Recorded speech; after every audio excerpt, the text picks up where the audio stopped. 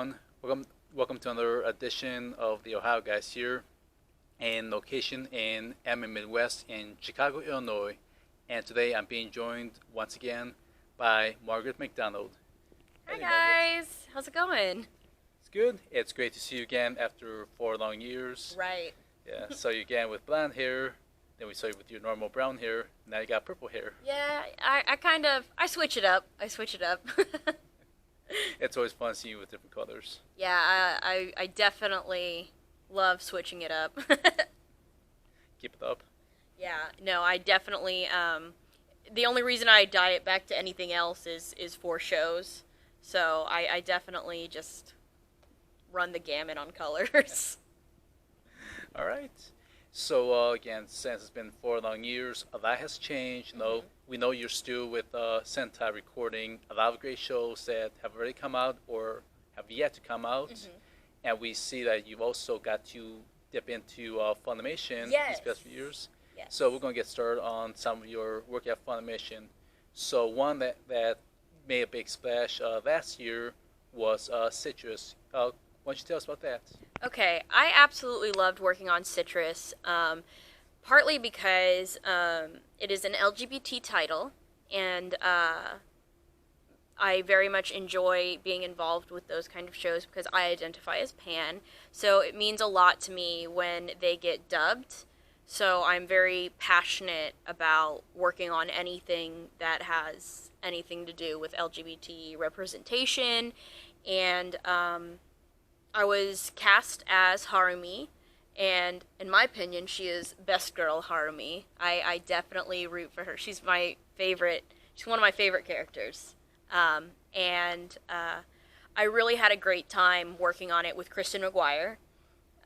She was the director, and Citrus was a hard task because it was a really big balancing act of adapting it for an American audience, with some taboo subjects involved. So she was really able to take that, and I feel like she was one of the only people who could have made it into what it was. And I think that the dub is absolutely great.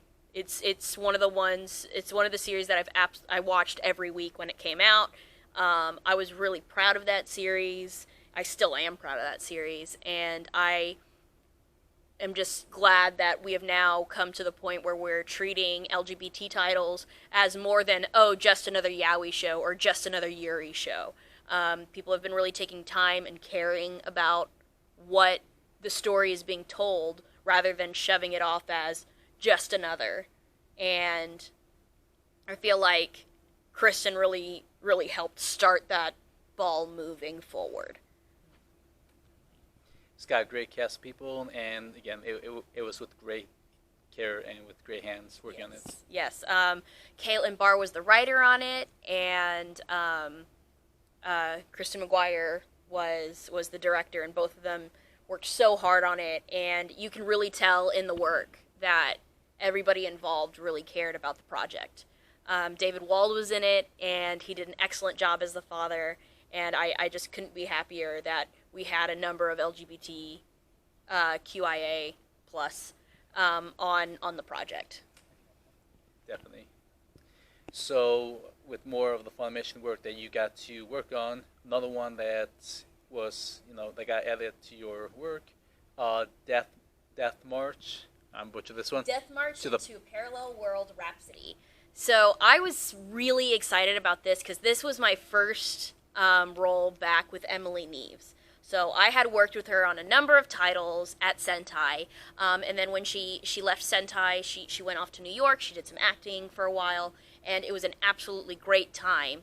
And she came back, and she was directing at Funimation. So I was really excited for that title. So excited. And when she called me in, I was just... it was almost like being back at home, because it was someone I knew and I was used to, and it was a really familiar face in a studio that I hadn't really worked much in. And they have different recording processes, so it was really easy to work with her and have her really, she knew exactly how to talk to me to fit me into the style of direction that Funimation does. So I really had a blast on that show. I played opposite Brittany Karbowski again, and I love playing opposite of Brittany because we both know how each other are going to say a line, so we're already into it before we even hear the other person. That's great. Yeah. That's great familiarity.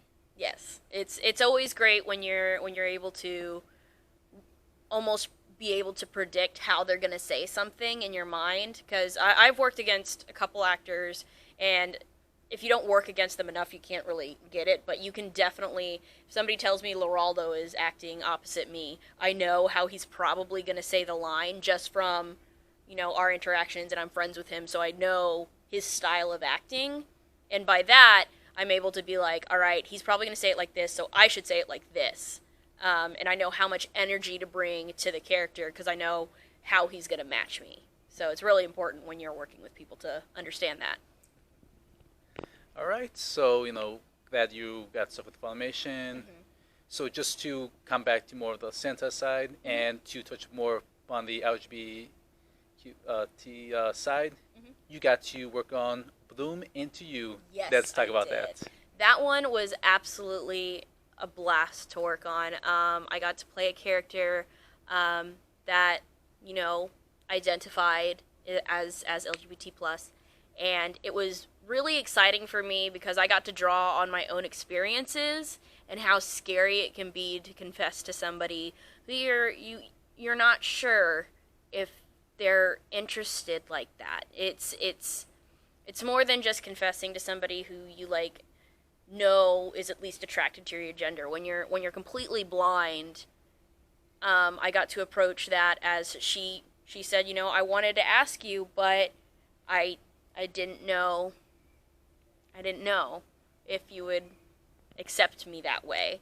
So it was something I could draw from my own experiences on, and I just thank David Wald so much for bringing the attention to the LGBT titles, and he's really been knocking it out of the park, and I'm just so excited to work with him every time he is working on something. It means the world to me. No, he's a great man. He's a great man to have that sort of that show in his hands because he knows how to really, walk it through, especially in English audience. Right. He's not going to brush it off. He's going to take care of it because he knows it's going to be somebody's favorite. And that's one of the most important things to remember because there's a lot of LGBT anime that is very, it's got problems, whether it be, some content issues or an age gap or, something like that, some sort of power dynamic issue. And it's important to remember that even those ones, because there have been ones in the past that have had those problems, that they have been steps forward. And it's important to remember that helped somebody. That role helped somebody in some way. So I'm very, very careful to be critical of any sort of, LGBT title because, that helped someone. And that is what the goal of, representation is to let people know that they matter and that these stories are out there. All right. Now, a step back from the serious stuff now to more of the comedy aspect. Yes. Camphor, what was like looking at that show? Okay, so Comfort, I was really excited about that show because it's a racier show, but I wasn't a character that was that racy. I had a really fun, almost American cartoon-like character because I could go crazy with it. I play Eviscerated Tiger. He is a stuffed animal toy of the Disemboweled Friends, I think is the name of it. Bowel, it's something like that. He is a little firecracker, and he's absolutely, it's probably one of the most fun I've ever had because he had no lip flaps, so I could go crazy with how I delivered lines. They'd be like, "This is the line." I was like, all right, so can I pause wherever I want? And they're like, "Yeah, you don't have any lip flaps." So I was like, "Oh, this is great." You don't really get that kind of flexibility all the time. So it was I felt like I grew a lot as an actor just because it was so much fun. And then Shannon was having so much fun with it as well. So I just had a great time recording that one. Yeah.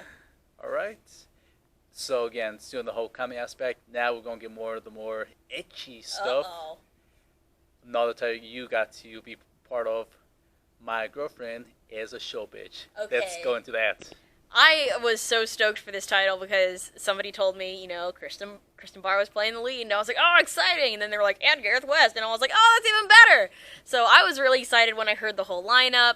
I think the show is really funny. The concept's really funny, and it's pretty racy, but it's not as, racy as some others, it's kind of like B Gotta HK, where, it's like, oh, yeah, this girl wants to do all this stuff, but then she's, really shy, and I'm like, oh, this is so perfect, because everybody acts like they're, oh, yeah, no, I'd totally kiss a boy in this situation, and then when you get in that situation, you're like, I'm not gonna kiss a boy in this situation, well, because you get nervous, and it shows the real vulnerability people have in relationships, they'll say that they'll do things, but then they get nervous, and I felt like it's a real glance into high school romance, because it's true, because you're it's much harder to initiate a kiss than you think it is when you're in high school, because you think it's just lean forward, but when you're there, you're frozen and you're scared and you don't know, and I felt like that really was represented well in the show. All right. So now to turn back a bit, and since it is the 4th of July week, at this time, it was announced on social media that Sentai is having Food Wars on Toonami. Mm-hmm. So, as the next question for you, what was that working on Food Wars? Working on Food Wars was interesting, because I didn't come in until I think I came at the very end of the first season and the second season, or it might have just been I was in the second season and the third. I can't remember which was which, because when they call you in, they're like, oh, you're coming in for Food Wars, and I'm like, okay, I'll be there. So I had a really good time, and I was kind of like the MC person, and I ended up fitting that character very well, and I was very excited about it. And being in one of those titles, any title that goes on to, a cable network is exciting to be involved in. It's the same thing with the being in a Netflix show is just exciting, because basically you get to say to your friends, I know you don't want to pay for all these other apps, but now you have to watch me because it's for free. So go watch it. I know you have access to these, so watch it. So it's one of those opportunities that I can be like, I can say to my sister, I know you have Netflix. Watch me. Tell me how good I am. Well, and it's not even that. It's just your friends who want to support you, they're actually able to, and they get excited about it too. I literally just got a text from my friend who came to pick blueberries at the farm. And she's like, I'm eating my blueberries and watching Seven Seeds. And I was like, I was really excited, because, it means a lot when your friends, take that initiative to be like, hey, I'm going to watch something that you're in. It makes you feel like you've done something really important, and it is, but it's always really nice. It's the same thing when you have a show that you're doing in a theater, and when your friends show up, you're just excited because you're like, oh, I didn't know anybody would come to see me. Some people are your mom and dad are gonna come see you, and that's fine. And usually my mom will be like, oh, you got a new anime? Let's watch it. It'll be great. And I'm like, yeah, Mom, you're great. And Dad's like, I like this one. Let's watch this one. I'm like, yeah, Dad, woohoo. But then my sisters are like, this is so silly. But, she still supports me in her own way, and she's great. She definitely teases me about some of this stuff, though. There are some scenes that she's like, I'm like, don't even. So, but it's a great time, and it's just, it feels good to know that your family is supporting you in that way, and when your friends do it as well, it feels great. So yeah, no, it's a different experience, especially like you said, with the whole TV aspect. It's just more availability to it. Yeah, I remember I think it was the first night Akame ga Kill came on. I went and watched it with Juliet Simmons, because we were like, yes, let's watch this, it's gonna be great. We're so excited. Well, because it's an exciting thing. It's a big step in an actor's, and actors don't like to talk about when they're excited or not because, we have to present ourselves as, like, professionals, and we know what we're doing. But we still get excited about stuff, and I feel like more of us should admit to that. Definitely. I like to see who else gets excited like that. Oh, yeah. There's tons of people who get excited, and we just have to play it cool a lot of the time. There have been times where I've met people and I've been like, oh my gosh, no way! But I definitely have had those interactions with some people who are now my friends, and I'll tell them after. I'll be like, yo, when I met you, I fangirled. And they're like, what? No way. And I was like, it was internal, but I felt it. It was a good energy. All right. Well, during the time of this interview, is there anything else coming out that you can talk about, or anything you want to plug in at this time? Yes, of course I want to talk about Seven Seeds. It's on Netflix. I play Momotaro in it. And then also, if you could follow me on Twitter at Margaret McD _VA. And not to mention, Cutie Honey is coming out very soon. Oh, Cutie Honey's coming out soon, too. Yeah. I know that they're going to have a screening at Anime at the Alamo down in Houston. So if you guys are around in the area for that, come check it out. It's going to be on July 29th or the 8th. Follow me on Twitter, and I'll tell you. That. We'll figure it out. It'll be fine. All right, and then for those the viewers at home who haven't seen the other two interviews, and the Facebook, Instagram for them to to follow you at. Yeah, the Facebook would be Margaret McDonald voice actor, and then the Instagram I think is the same as it's Margaret McD _VA. I'm pretty sure it is. Yeah, no, because Brad followed me today, so yes, it is that one. It is that one. I promise. Margaret McD _VA. All right. Well, we just want to thank you again for another interview with us. We all appreciate it once again. Oh, thank you so much for having me. All right, and thank you guys for watching. Yep. Thank you, everyone, for tuning in from this other episode of the Ohio Guys here, and thank you to Anime Midwest for this interview as well. So thank you all, and we'll be seeing you next time. See Bye-bye. ya.